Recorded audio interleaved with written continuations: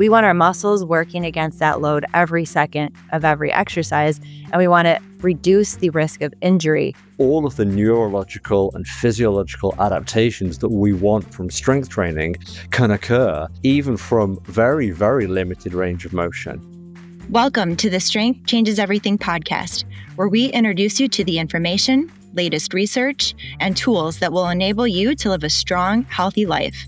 On this podcast, we will also answer your questions about strength, health, and well-being. I'm Amy Hudson. I own and operate 3 exercise coach studios.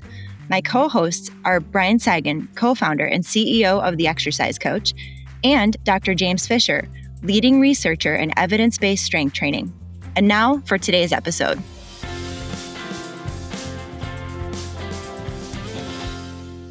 Welcome back to the podcast. Today we are talking about range of motion and why this is important. So Dr. Fisher is with me today, and we're going to start off by talking about really what we mean by range of motion. So Dr. Fisher, what does range of motion refer to, and why are we talking about this topic today? Yeah, so this is a really important topic to talk about in context of physical exercise in general, but specifically in strength training when we load a muscle. Range of motion actually makes reference to the degree of sort of flexion or extension that we might move through at a certain joint. One of the easiest examples to give is at the elbow. When my elbow is completely straight, my arm is completely straight, my elbow is in extension. When I flex my bicep or I bend my elbow, then my arm moves into flexion. So, and the elbow is pretty straightforward, actually. We can't move it beyond that 180-degree extension. Some people are slightly hypermobile and they can move it slightly beyond that. Whether they should and whether it's safe to do so is potentially questionable, and certainly whether it's safe to do so under load, and hence this conversation. But we can only really move it so far into flexion. So that's what we're really talking about. It's the movement pattern from the joint as a product of the muscle lengthening and shortening to produce that movement. This is not about flexibility and about stretching a muscle, which is a slightly different topic. So it's important to sort of dissociate those 2 points. Okay, great. So why is this an important topic to talk about when it comes to exercising? Yeah, so our body moves really well within quite a controlled and to some extent limited range of motion. And it's a kind of a predetermined biomechanical range of motion based on our own physiology. So some people's physical mechanics won't permit a joint to flex or extend beyond a certain point. And then, of course, there's potential lengthening and shortening of the muscle that might inhibit or preclude movement into a certain range of motion as well, in addition to other structures like tendons and ligaments and so on and so forth. So, for example, many people will experience shoulder problems in their life, and that's partly because the shoulder is a relatively unstable joint. It's typically described as a ball and socket joint. It's not really a good example of a ball and socket joint. And the shoulder itself can move in a number of ways. So we can move into flexion when our arm comes forward, when our anybody watching on YouTube will get this straight away because I'm going to give the examples. Anybody listening on the podcast, I will try and describe as well as I can. So if my arm comes out in front of me, that's flexion. If my arm rotates back behind me, that's extension. I can also move into abduction away from the body, so away from the midline of the body, adduction towards the midline of the body. And then the shoulder girdle also allows elevation, which is like a shrug movement, depression, where my arm is pulled down, retraction, where my shoulder blades pull together and my shoulders pull back, or protraction, where my shoulder blades pull forward. And I almost fall in a bit of a kyphosis if I'm not careful with that. So there's a lot kind of happening there. But if we think in context of the shoulder, even just doing a chest press exercise, if somebody puts their fingertips on their shoulder joint, the head of their humerus, then as they pull their elbow back as if they're going to begin a chest press, they'll feel the head of their humerus push forward. And that sort of shows just how unstable that joint actually is, that the humerus can actually push forward. So you can imagine if you are going too far into that range of motion in a chest press, what you're actually potentially doing at the shoulder joint when you do that. Yes, and I would imagine that there are certain points in everybody's range of motion, depending on which movement we're doing, where we're pretty weak, and then other points in that movement where we're stronger. Would that be accurate? So that's 100% accurate. So we typically have kind of an inverted U or a mountaintop of a strength curve throughout a range of motion. So when the muscle is in a lengthened position, it's relatively weak. And when the muscle is in a maximally shortened position, again, it's relatively weak. But somewhere in the middle there, it's much, much stronger. And it's quite an extreme curve. So it can be quite a drastic drop off in full flexion or full extension. And so the key thing really is to work in that kind of optimal point. We always want our body will always want to work within that range of motion because that's where we're strongest. So if we're doing things away from the gym, if we're, I don't know, picking up a bag of cat food or dog food or I don't know, whatever it might be, something heavy, then we will typically try to work within the range of motion where we're strongest. Whereas in the gym, of course, when we're sat down on a machine, we might be more prone to use more extreme ranges of motion. And therefore, the weight that we lift might only be efficacious in kind of a midpoint through that exercise. And we might find that at other points in the range of motion, we either can't even lift the weight or it just doesn't feel comfortable and so forth. Mhm. Yeah, if you were to imagine a strength curve, it's not a flat line. If you were to draw a picture of somebody's ability on average throughout a range of motion on a chest press, for example, when my elbows are the furthest back, more close to my torso, I'm going to be a little bit weaker. But as I press forward and as I get to the furthest point away from me, and then I resist back, it's a curved line. I'm stronger in some points and I'm weaker at other points. And so it's important to keep that in mind because there are some points in a range of motion where we're weak. And so if we're not careful on how far back we're going or how much load we're giving ourselves throughout those weak points, that's where we have some issues to worry about. Would that be a fair statement? Yeah, that's exactly a fair statement. And in actual fact, the chest press it is actually more of a straight line than a curve, and we increase in strength as our hands move away from our body effectively. So we are at our weakest when our hands are closest to our body, and we're at our strongest when our hands are furthest from our body. And that's typical of many multi-joint exercises. So when we talk about a strength curve, we talk about the strength curve of an individual muscle. But a chest press is, of course, a multi-joint exercise. So there's multiple joints moving, and therefore there's multiple muscles at play. So in the chest press, there's obviously the pectorals, the anterior deltoid plays a big role, and the triceps play a big role. And in combination, through that biomechanics, we're actually stronger as we get further and further away. Now, this raises something interesting because in all exercises, we have this position of extension. And one of the key things that we should think about is when we get into extension, which would be my arms as far away from my body as they can be, or in a leg press, my feet as far away from my body as they can be. We want to be very clear not to move too far into extension, and certainly not far enough that we lock out the joint by effectively kind of locking the elbow into place. We kind of our body can do this thing, our skeletal structure can do this thing where when we get to that final end point, we can kind of physically lock the bones into place. And as soon as we do that, we actually transfer the load from the muscular system onto the skeletal system, and not in a good way. Many people will hear that and think, oh, we're trying to load the bones because we want them to get stronger and we want to improve bone mineral density. That's completely true, but not in this way. In this way, we're actually far more likely to do harm to our joints and unload the muscle. So we're actually losing the benefit of training the muscle and potentially harming the joint. So you'll find specifically in the exercise coach, if you do a leg press or a chest press or an overhead press, any pressing movement, as you move into extension, you should never get to a point where your knees don't have a bend in them or your elbows don't have a bend in them. You should always maintain some flexion at the joint. Yeah, I think that's a very important point to educate people on. I picture sort of videos that you might come across where a person might be doing a bench press and you see them pressing that dumbbell up in the air and then their elbows get locked out straight, right?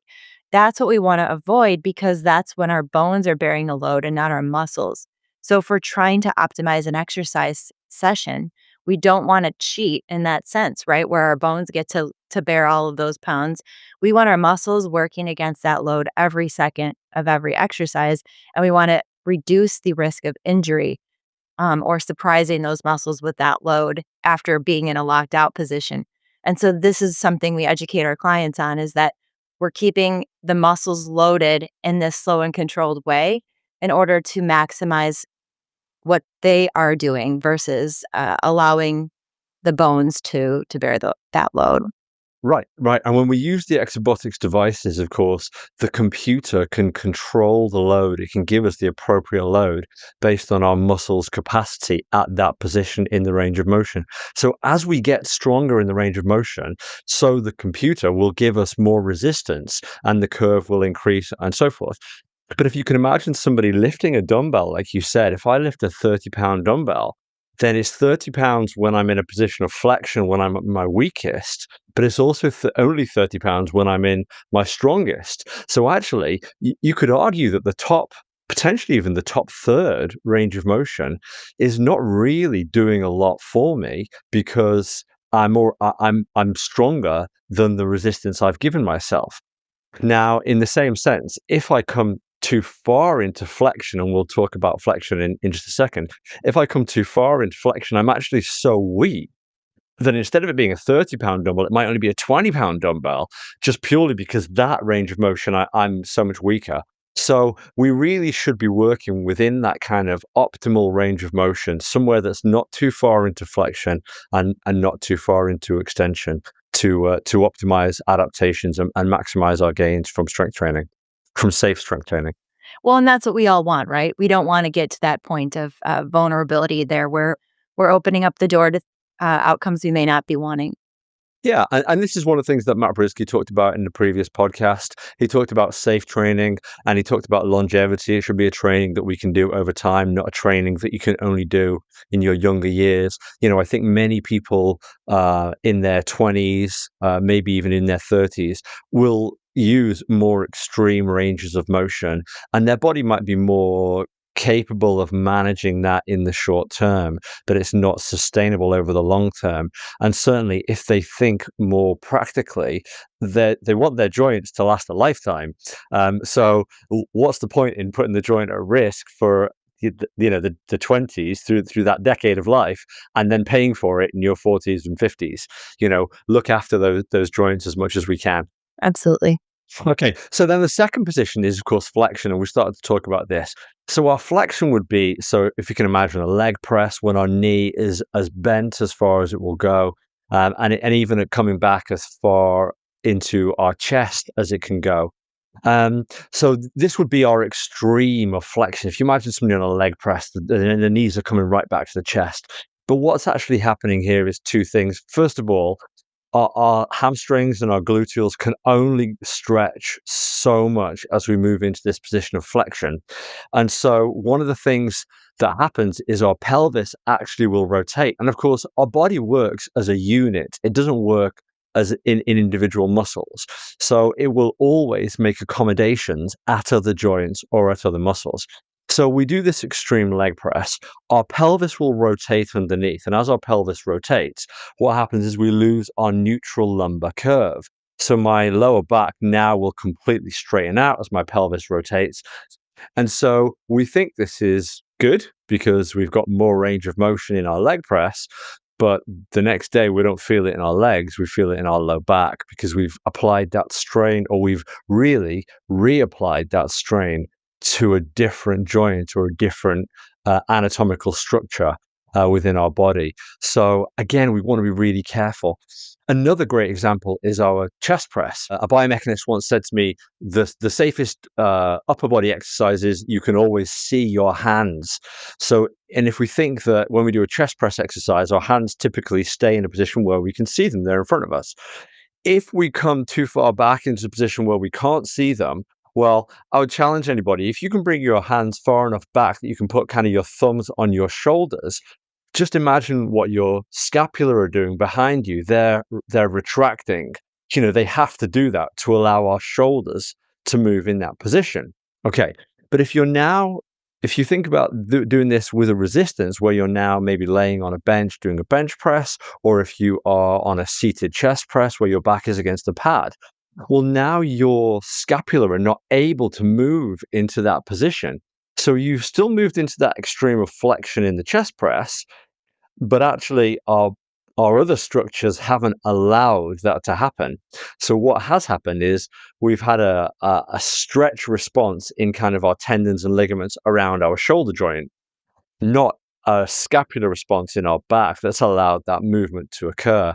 And of course, the more that we do this kind of movement at our shoulder without allowing our scapula and our back to move accordingly, we create a laxity in those tendons and those ligaments, and we create an unstable joint, which then will lead to further problems and potential tendon inflammation, or potentially even unstable shoulder joints, going forward, which can obviously inhibit, strength training in the future. So there's a lot of sort of potential pitfalls, and the idea again that we only move within a safe range of motion is really important. Thank you for spelling that out. I think that's important to know. It becomes counterproductive in some ways, and we're no longer working the muscle groups that we're trying to work if we're going too far back. We're in fact weakening in some ways, the tendons and ligaments, and that's not what we want, because it's going to be uh, it's very counterproductive. We don't want to become more vulnerable in that area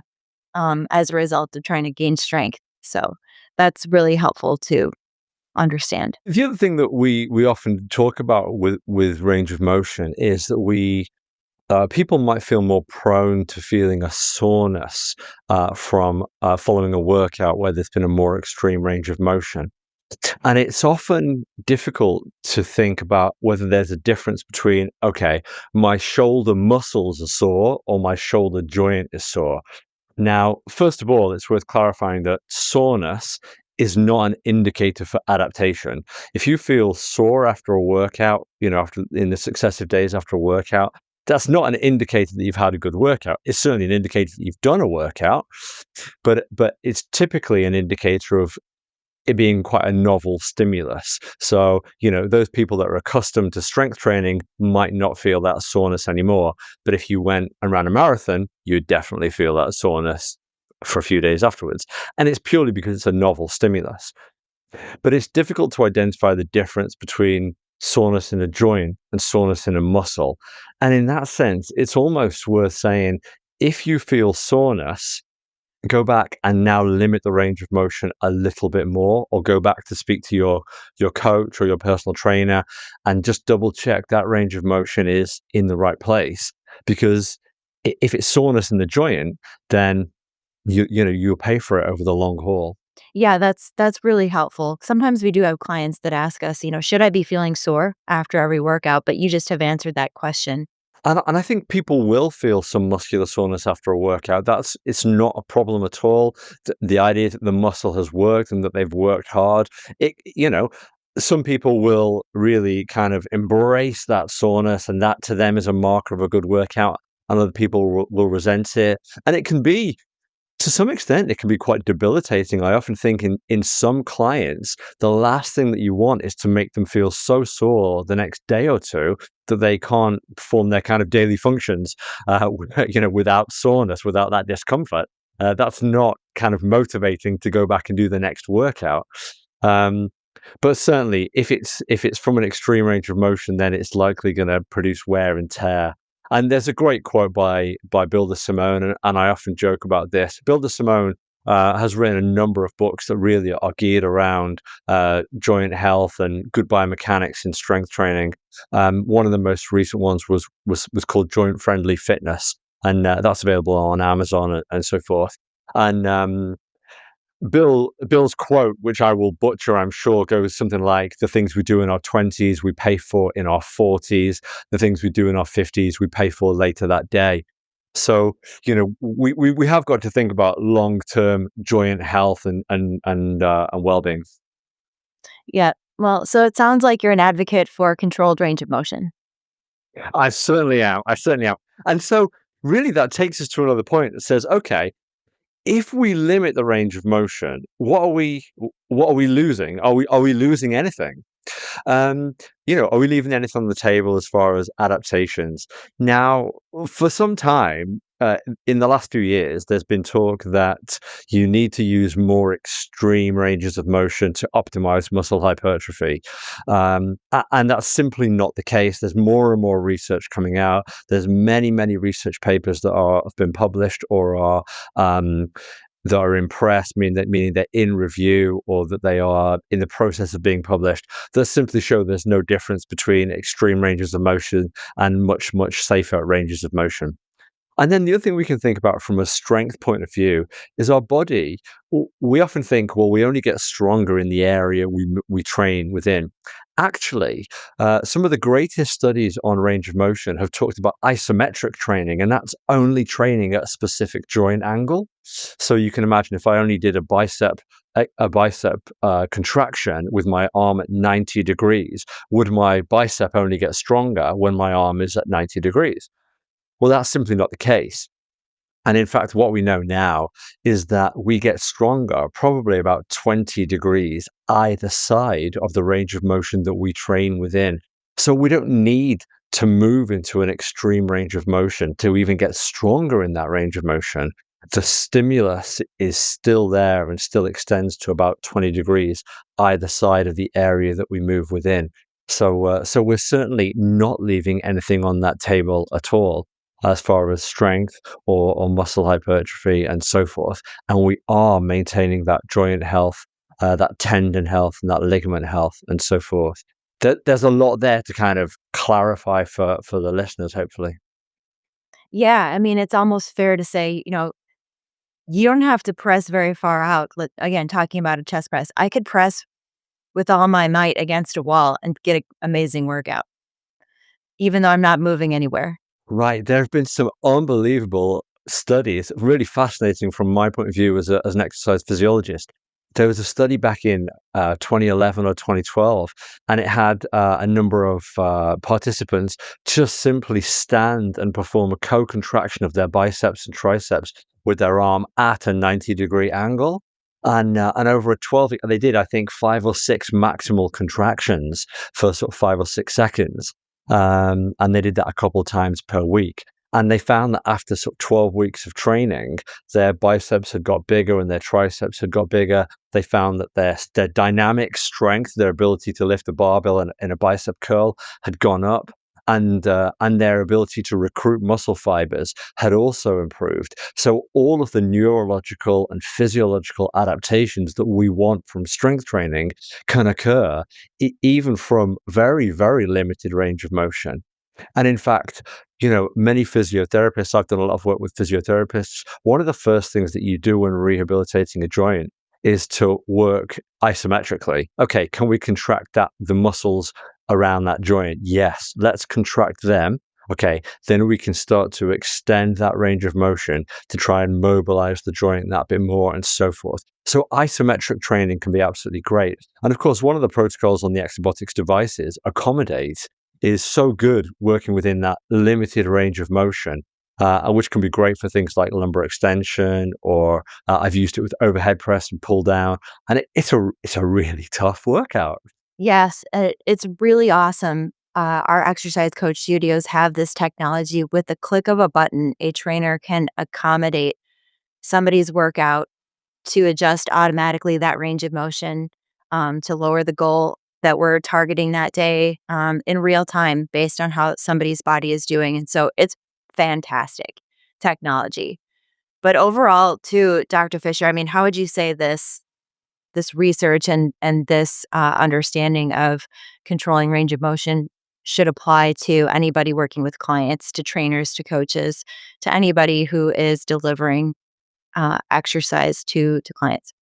Yeah. So actually we can take it a step further and say one of the key things for me is that anybody that's in kind of a residential care home or in a hospitalized situation, maybe because of age or medical conditions or so forth, especially if it's musculoskeletal, can still make adaptations in strength by simply contracting their muscles. We know that if you immobilize a joint, there will be muscle wastage.